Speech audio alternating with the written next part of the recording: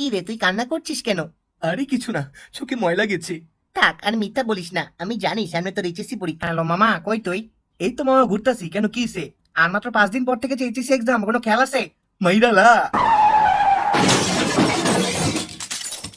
এইসব তো ছিল এইচএসসি 10 দিন 12 দিন বা এক সপ্তাহ আগের পোস্ট। কিন্তু এইচএসসি ঠিক আগ মুহূর্তে যেসব পোস্ট দেখবেন সেগুলো কিছুটা এরকম হয়। Good bye mobile phone, now Bangla is my bathroom partner. Mention HSC candidate. HSC পরীক্ষা বলে কথা। এসএসসি পরীক্ষার্থীদের বর্তমান অবস্থা আর এইচএসসি পরীক্ষার্থীদের বর্তমান অবস্থা। Relatives, HSC and me. তার সাথে কিছু বোনাস নাইট কাকু ট্রল না দিলেই নয়। এইচএসসি ওয়ালা স্যার, কালকে কি প্রশ্ন ফাঁস হবে? এই শালার পুত্রে চুকর। মিমের সাথে আমাকে বিয়ে দিলে তোমাদের কথা মতো প্রশ্ন করব। আমি কখনো বিয়ে করব না আপনাকে। মিম, বিয়া তো করলা না, বুঝবা মজা এবার। And obviously the Ripper troll, HSC পরীক্ষার্থীদের বর্তমান অবস্থা। মনোজাত ধর শালার ফুজারা। এসব ট্রল ছাড়াও আপনি পরীক্ষা ঠিক আগ মুহূর্তে এইচএসসি পরীক্ষার্থীদের হাই হতাশ হওয়া অনেক রকম স্ট্যাটাস দেখতে পারবেন। যেমন স্ট্যাটাসগুলো কিছুটা এরকম: আল্লাহ কি করব, কিছুই তো পারি না, দোয়া চাই, দূর কিছুই তো হচ্ছে না, গোল্ডেন চাই, আর মাত্র একদিন বাকি, আমি তো নিশ্চিত ফেল করব, পাপ কাজ করা যাবে না, পড়তে হবে। কি চুলে রুটিন করছে ধত। কি ভাইয়া, এইচএসসি প্রিপারেশন কেমন? কি বললি তুই? তুই কি আমার কি রে, তোর না কয়দিন পর এইচএসসি এক্সাম? চাষার হালা বাইন। Last but not the list, HSC পরীক্ষার আগে পরীক্ষার্থীদের কমন প্রোফাইল পিকচার। দোয়া প্রার্থী, এইচএসসি ক্যান্ডিডেট। এসব তো ছিল ফান পোস্ট। এবার কিছুটা সিরিয়াস টপিকে আসি, বাট কথা দিচ্ছি এখানে অনেক ফান আছে। ভিডিওর মেইন টপিকে আরেকটু পরে আসতেছি। লাভ, আগে টাকা দিতে হবে না, চোখে 2টা লাভ। বিস্তারিত জানতে ইনবক্স, লাভের ভিতরে তীর। ধন্যবাদ। আরেকটা লাভ, বেগুনি রঙের। অনেকেই আবার শুধু প্রশ্ন ফাঁসের জন্যই খুলেছে ফেসবুকে অনেক ধরনের গ্রুপ, যেমন HSC family, SSC exam 100% common common question group, Dhaka board 2018।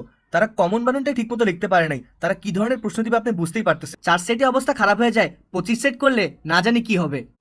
সেটের ব্যাপারে তো আমি শিওর না যে আদৌ কত সেট করা হয়েছিল, কিন্তু গভর্নমেন্ট একটা রুল করেছিল, যেটা ছিল পরীক্ষার কেন্দ্রে পরীক্ষা শুরু হওয়ার আধা ঘন্টা হাতে রেখেই শিক্ষার্থীদের ঢুকতে হবে পরীক্ষার হলে। সো নিয়ম অনুযায়ী প্রথম পরীক্ষার দিন সেটাই করা হচ্ছিল। অর্থাৎ যারা 9:30টার পরে আসবে তাদেরকে পরীক্ষার হলে ঢুকতে দেওয়া হবে না।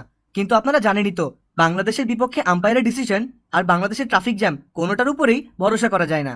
সো স্বভাবতই সবার পক্ষে আধা ঘন্টা আগে পৌঁছানো সম্ভব হয়নি, অনেকেই লেট করেছে।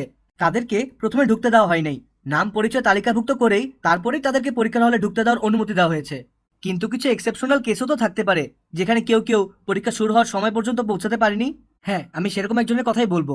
কালকে যখন ফেসবুক ঘাটছিলাম তখন একটা পোস্ট দেখতে পারলাম। পোস্টের হেডলাইনটা এরকম ছিল: 3 মিনিট দেরি, শত চেষ্টাও পরীক্ষা দেওয়া হলো না স্বামীরের। পোস্টটা পড়ে যেটা জানতে পারলাম, ছেলেটার পরীক্ষার কেন্দ্র ছিল শহীদ সোহরাওয়ার্দী কলেজ, কিন্তু সে কেন্দ্রে পৌঁছাতে 3 মিনিট দেরি করে ফেলে। আর এই 3 মিনিটের জন্যই তাকে ঢুকতে দেওয়া হচ্ছিল না পরীক্ষার কেন্দ্রে। সে অনেক অনুনয় বিনয় করে বলছিল তাকে পরীক্ষা হলে ঢুকতে দেওয়ার জন্য, কিন্তু দারোয়ানরা তাকে মোটেও অ্যালাউ করছিল না। কারণ প্রশ্নপত্র ফাঁস ঠেকাতে পরীক্ষা শুরুর 30 মিনিট আগেই পরীক্ষার্থীদের অবশ্যই পরীক্ষার কক্ষে প্রবেশের জন্য মন্ত্রণালয় থেকে নির্দেশনা দেওয়া হয়েছিল। শেষে ছেলেটা কোনো উপায় না দেখে পরীক্ষার কেন্দ্র ছেড়ে নিজের কলেজের সামনেই চলে যায়, আর সেখানেই অনেকক্ষণ দাঁড়িয়ে থাকে। আর যাওয়ার সময় নাকি বলতে থাকে, কিছু হয়নি, আবার আগামী বছর পরীক্ষা দিব। এরপর হনহন করে রাস্তা পার হয়ে বাড়ির পথে চলে যায়। আগে পরীক্ষা শুরু হওয়ার 15 মিনিট পর্যন্ত হলে ঢুকা যেত, কিন্তু এখন প্রশ্নপত্র ফাঁস রোধ করার জন্য হয়তো এই নিয়ম পরিবর্তন করা হয়েছে। এখন আমার কথা হচ্ছে, এই নতুন নিয়মের জন্য অথবা 3 মিনিট দেরি করার জন্য ছেলেটাকে পরীক্ষার হলে ঢুকতে দেওয়া হয় নাই। তার মানে ছেলেটা নিশ্চিত ফেল করবে, আর এর অর্থ হচ্ছে ছেলেটাকে নেক্সট ইয়ার আবার পরীক্ষা দিতে হবে। এখন আপনারাই বলেন, এই 3টা মিনিটের জন্য একটা ছেলের জীবন থেকে 1 বছর কেড়ে নেওয়াটা কি খুব লজিক্যাল মনে হচ্ছে?